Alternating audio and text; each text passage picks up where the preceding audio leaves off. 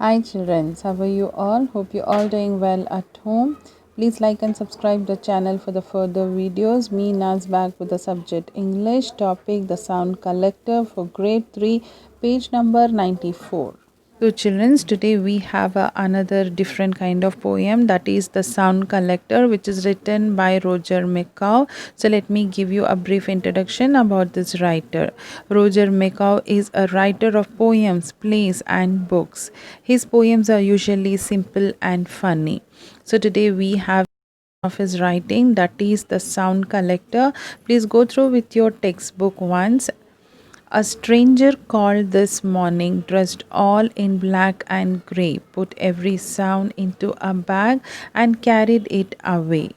The whistling of the kettle, the turning of the lock, the pouring of the kitten, the ticking of the clock, of the toaster, the crunching of the flask, when you spread the marmalade, the scraping noise it makes. The hissing of the frying pan, the ticking of the grill, the bubbling of the bathtub as it starts to fill, the drumming of the raindrops on the window pane when you do the washing up, the gurgle of the drain, the crying of the baby, the squeeze chair, the swing of the curtain, the creaking of the star. A strange call this morning, he did not leave his name. Let us only silence, life will never be the same. This poem we read about the sound we hear in our day to day life. He imagined a strange man who is described mystery because this man one day collects all the sounds that fill our life and take them away. In this poem, we will learn about the importance of sound in our daily life. The speaker says the strange man who came to his house in the morning dressed in black and grey. He has put all the sounds into his bag and carried it away. Let us see the different sounds.